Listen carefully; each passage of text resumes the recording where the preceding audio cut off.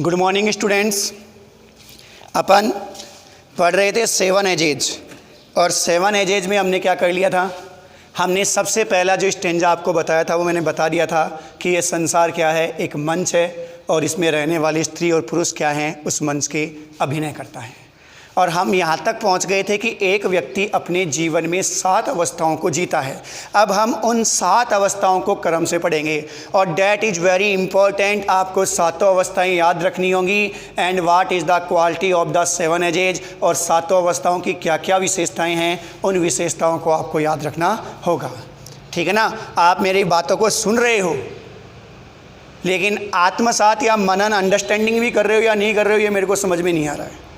आपको ये बात मालूम होनी चाहिए कि आपने गीता सुनी होगी, महाभारत में एपिसोड देख रहे हो इस समय, श्री कृष्णा देखते हो ना, उस समय उसमें गीता का अध्याय चल रहा है। आप बता सकते हो गीता किस किस ने सुनी थी?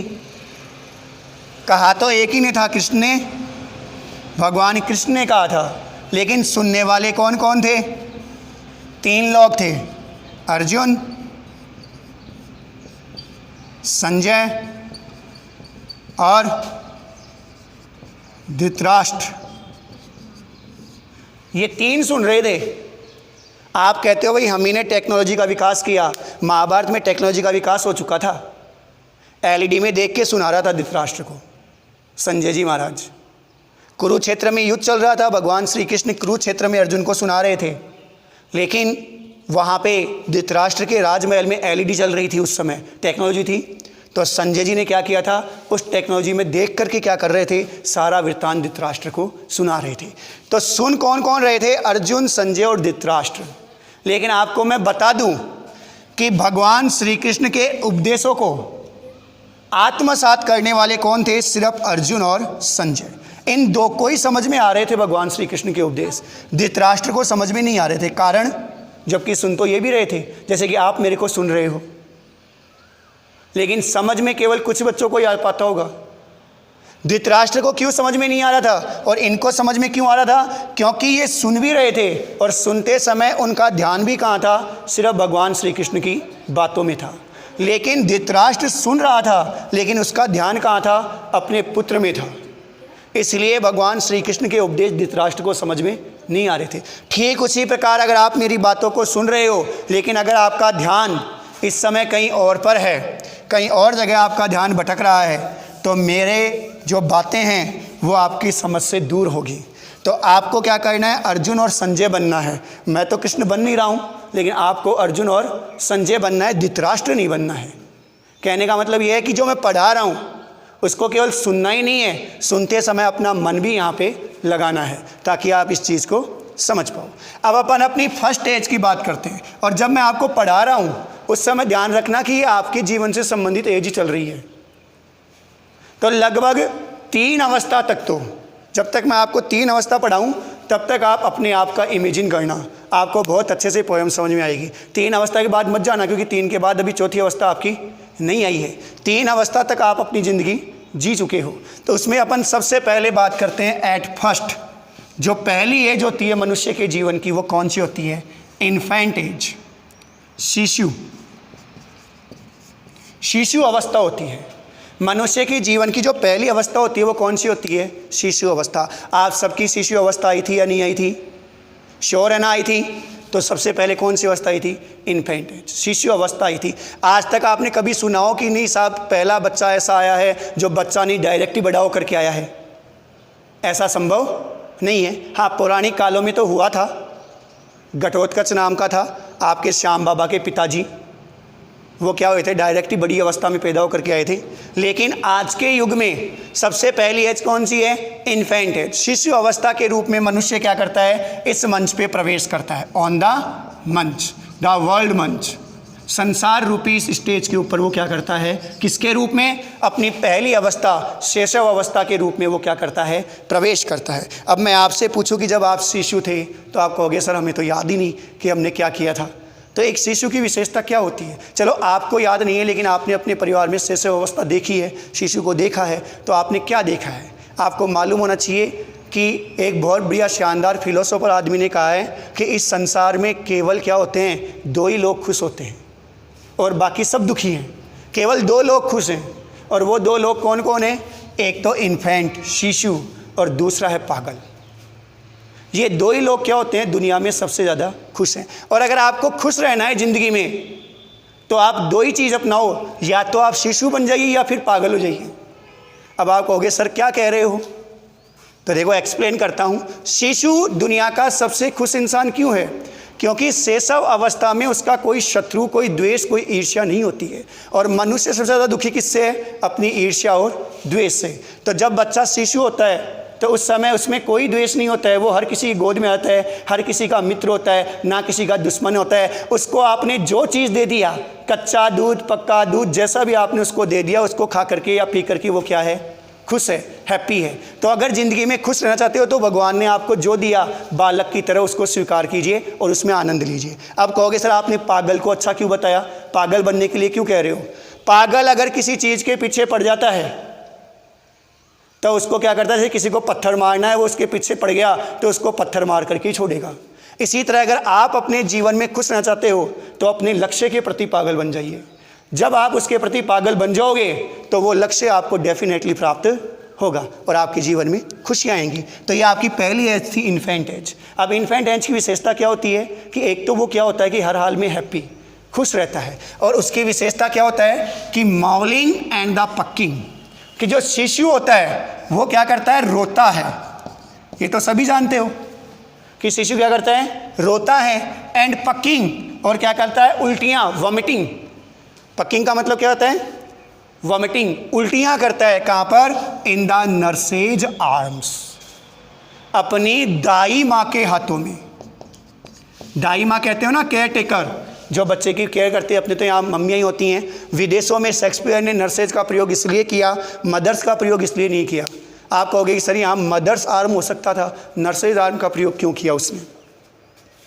ये कह रहा है कि जो इन्फेंट एज है, पहली एज कौन सी है? इन्फेंट एज है। और उस अवस्था में जो शिशु होता है वो क्या करता है? उसकी विशेषता बता रहा है कि शिशु क्या करता है? माउलिंग, रोता है। एंड पक्किंग, और उल्टियाँ करता है। कहाँ पर? इन द नर्सेज आर्म, अपनी दाई माँ के हाथों में क्या करता है? उल्टियाँ करता है। नर्स के हाथों में वो क्या करता है? उल्टियाँ करता है। आप कहोगे सर हमारे तो यहाँ मम्मी के हाथों में उल्टियाँ करता है। जितना भी काम करना होता है ना वो मम्मी की गोद में या मम्मी के हाथों में ही करता है। उसको किसी प्रकार की टेंशन नहीं होती है कि बेटा मॉर्निंग हो गई, जाके फ्रेश होकर के आ। वो उसको फ्रेश होने के लिए भी माँ की गोद ही मिलती है और उसी में माँ क्या होती है? खुश होती है। लेकिन वहाँ पर माँ का प्रयोग नहीं हुआ है। किसका प्रयोग किया? नर्स का प्रयोग किया। क्यों किया? क्योंकि ये अपनी भारतीय संस्कृति है कि यहाँ बच्चे को कौन पालती है? माँ पालती है। लेकिन यहाँ पर वो विदेशी है शेक्सपियर। वहाँ पर माता या पिता को इतना वक्त नहीं होता है, उनके पास इतना टाइम नहीं होता है कि वो अपने शिशु को पाल सके। इसलिए वो किसको हायर करते हैं? केयर टेकर, नर्स को करते हैं। तो वहाँ के शिशुओं को कौन पालती है? नर्स ही पालती है। यू आर लक्की कि आप अपनी माँ की गोद में पले, because you have born in India. आपने भारत में जन्म लिया इसलिए आपको माँ की गोद मिली। अगर आप भी विदेश में जन्म लेते तो शायद आपको भी किसकी गोद मिलती? सिर्फ नर्स की गोद मिलती, माँ की गोद शायद आपको नहीं मिल पाती। इसलिए कवि कह रहा है कि एट फर्स्ट, सबसे पहले जो एज होती है वो कौन सी होती है? इन्फेंट एज होती है, शैशव अवस्था होती है। और इस शैशव अवस्था की क्वालिटी क्या होती है कि इस अवस्था में जो मनुष्य होता है, जो बालक होता है, वो क्या करता है? माउलिंग, पहले तो रोता है, और क्या करता है? पकिंग, और क्या करता है? उल्टियाँ भी करता है। लेकिन कहाँ पर करता है? इन द नर्सेज आर्म, अपनी दाई माँ के हाथों में ही वो क्या करता है? उल्टियाँ करता है। अपनी माँ के हाथों में वो उल्टियाँ करता है, अपनी माँ की गोद में वो क्या करता है? रोता है। और उसको जितने भी अननेसेसरी वर्क होते हैं वो सारे काम कहाँ करते हैं? अपनी माँ के पास ही करते हैं। आपको भी याद होगा, एक बहुत शानदार वृत्तांत मेरे को याद आ गया। एक बार एक माता होती है, वो अपने शिशु को पालती है और उसको क्या कर देती है? एक बड़ा अधिकारी उसको बना देती है। जैसे ही वो बड़ा अधिकारी बन जाता है और उसका क्या हो जाता है? विवाह हो जाता है। अब जैसे ही विवाह हो गया तो उसकी पत्नी कहती है कि माताजी मुझे बड़ा परेशान करती है, एक काम करो माताजी को अलग करो और अपन अलग रहेंगे। तो बेटा, शिशु कहता है, जो बेटा बन जाता है, बढ़िया अधिकारी बन जाता है, वो कहता है कि माँ ने बड़े लाड प्यार से मुझे पाला है, इस समय मैं वृद्ध अवस्था में माता को छोड़ नहीं सकता हूँ। तो पत्नी बड़ा बढ़िया सजेशन देती है कि एक काम करो, आपकी माता ने आपके ऊपर जितना खर्च किया वो ब्याज सहित क्या करो, वो कीमत आप माता को चुका दो और उसके बाद अपन क्या हो जाएंगे, अलग हो जाएंगे। तो अधिकारी के पास पैसा था, उसने कहा भाई वाइफ ने बहुत बढ़िया सजेशन दिया है। वो शाम को आता है और माँ को कहता है कि माँ एक काम कर, तू सारा हिसाब जोड़ ले कि आज तक तूने मेरे ऊपर कितना खर्च किया और मैं तुझको ब्याज सहित क्या करूँगा, वो पैसा तुम्हें दे दूँगा। तो माँ ने कहा बेटा मैंने तो बहुत वर्षों तक तुझे पाला है, मुझे हिसाब करने में थोड़ा वक्त लगेगा, मुझे आज रात का टाइम दे, सुबह मैं तुझे बता दूँगी। तो ठीक है। अब पति और पत्नी, बेटे और बहू एक कमरे में सो रहे होते हैं। मध्य रात्रि के समय माता इसके कमरे में जाती है, पुत्र के कमरे में, और जहाँ वो करवट लेकर के सो रहा था उसके पीछे के हिस्से में एक लोटा पानी का वो क्या कर देती है, गिरा देती है। पुत्र जैसे ही करवट चेंज करता है उसको गीला लगता है और वो खड़ा हो जाता है और वो देखता है भाई सामने माँ खड़ी है, तो वो माँ को डांटता है कि माँ ये क्या बदतमीजी है, सारे दिन मैं ऑफिस में काम करता हूँ, तू बेड को गीला कर दिया, मुझे को नींद में जगा दिया। तो माँ ने कहा बेटा इसमें क्रोध करने की क्या बात है, तूने मुझसे हिसाब पूछा था, मैं तेरे को हिसाब दे रही हूँ, ये तो एक रात का ही हिसाब है, उसी में तू इतना परेशान हो गया। तूने तो बचपन में हर रात को क्या किया था, बेड को गीला किया था, मैं स्वयं तुझको सूखे में सुलाती थी और उस गीले में मैं सोती थी, तो तूने मुझसे हिसाब मांगा, तो ये तो केवल एक रात का हिसाब है, अभी तो पूरी रातों का हिसाब बाकी है। तो ठीक यूँ आर लक्की कि आपकी माँ ने आपको क्या किया, शैशव अवस्था में आपने उसकी गोद में उल्टियाँ भी की, ठीक है, उसकी गोद में आप रोए भी, ठीक है, और अन्य जो वर्क थे वो भी आपने उसकी गोद में किए। तो ये क्या होती है, एक शिशु की विशेषता होती है। ये आपकी फर्स्ट एज पूछी जाएगी, what is the first age of the human life, मनुष्य की जीवन की पहली अवस्था क्या होती है। तो आपको आंसर देना पड़ेगा, the first age is and the infant age. क्या है, the first age is the infant age. शैशव अवस्था क्या है, मनुष्य की जीवन की पहली अवस्था है। दूसरा प्रश्न, what is the quality of infant age, शैशव अवस्था की क्या विशेषता होती है। तो बिल्कुल नॉर्मल सा जवाब है, इन द एज या इन द इन्फेंट एज, शैशव अवस्था में क्या करता है, ए मैन वीपिंग, रोता है, एंड पकिंग, और उल्टियाँ करता है, इन द नर्सेज आर्म, अपनी दाई माँ के हाथों में, अपनी केयर टेकर माँ के हाथों में या अपनी माँ के हाथों में वो क्या करता है, उल्टियाँ करता है और रोता है। क्लियर आपकी फर्स्ट एज, ठीक है। अब अपन बढ़ते हैं अपनी नेक्स्ट एज में।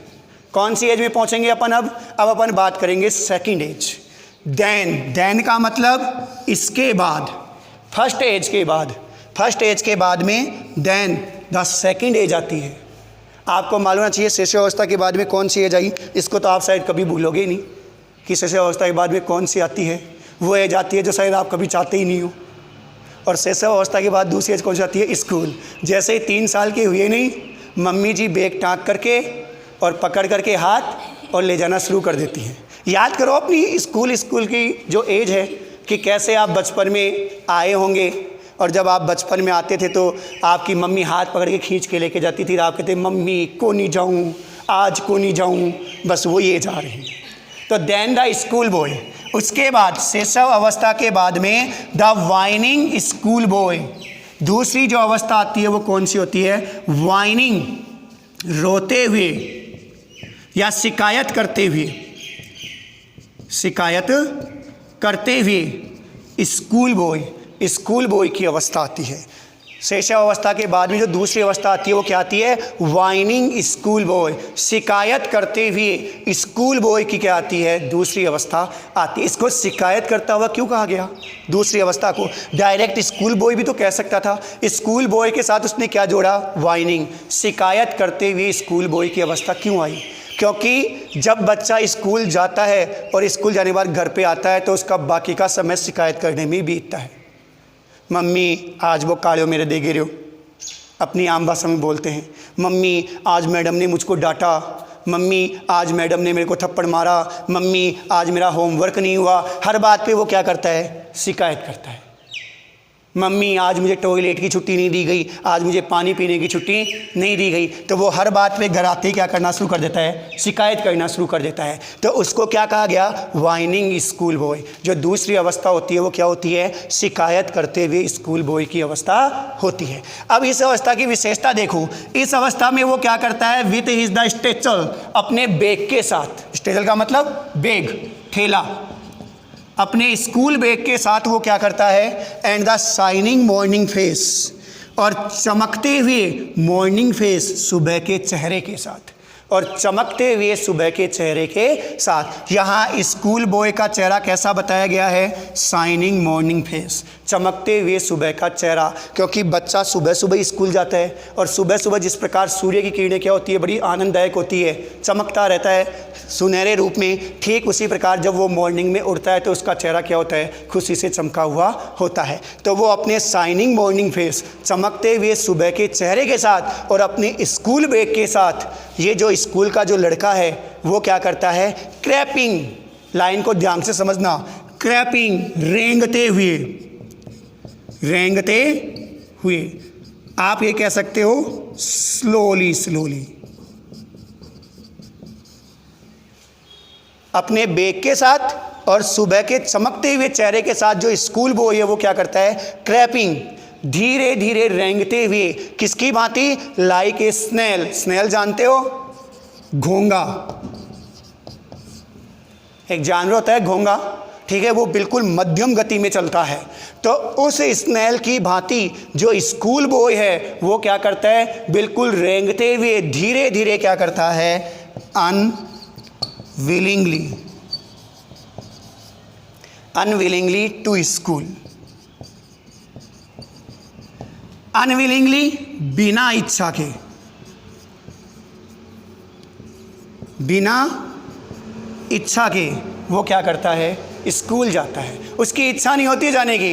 या आप भी आज अच्छे से जानते हो, आप शायद कोविड-19 को धन्यवाद दे रहे होंगे भगवान को कि हे भगवान चलो स्कूल से तो अपन का दूरी बनी, क्योंकि हर बच्चे की, आपकी नहीं होती है, हर स्कूल बॉय जिस समय उसकी खेलने की अवस्था होती है, अब तो आप समझदार हो गए, 12वीं क्लास में पढ़ रहे हो, अपनी जिम्मेदारियां समझने लग गए, लेकिन उस समय को याद कीजिए कि जब आप 6-7 साल के थे, सकरात का मौसम हुआ करता था, पतंग उड़ रहे होते थे, तो आपकी इच्छा होती थी कि हे भगवान आज कैसे भी पेट में दर्द हो जाए तो मैं स्कूल नहीं जाऊँ।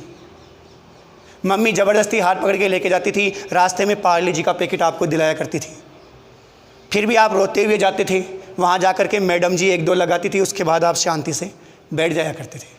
तो वही अवस्था है कि ये जो सेकंड जो अवस्था होती है वो क्या होती है, वाइनिंग स्कूल बॉय, शिकायत करते हुए स्कूल बॉय की अवस्था होती है। और इस अवस्था में वो क्या करता है, क्वालिटी क्या होती है उसकी, इस अवस्था में विथ हिज द स्ट्रक्चर, अपने बैग के साथ और अपने शाइनिंग मॉर्निंग फेस और अपने चमकते हुए सुबह के चेहरे के साथ वो क्या करता है, क्रैपिंग, धीरे धीरे रेंगता हुआ, किसकी भांति, लाइक ए स्नेल, एक घोंगे की भांति धीरे धीरे रेंगता हुआ क्या करता है, ध्यान रखना, किस इच्छा से, अनविलिंगली टू स्कूल, बिना इच्छा के वो क्या करता है, स्कूल जाता है। उसका स्कूल जाने में इच्छा या रुचि नहीं होती है। और किसकी भांति जाता है, स्नेल, यहां पे सिमिली का प्रयोग किया गया है, here is the use of simile, यहां उपमा अलंकार है, तुलना की गई है, कंपैरिजन। प्रश्न यहां पे ये भी पूछा जाएगा, in the second age with which comparison, किसके साथ क्या की गई है, स्नेल की तुलना की गई है स्कूल बॉय की, या स्कूल बॉय की तुलना किसके साथ की गई है, स्नेल, एक घोंगे के साथ की गई है।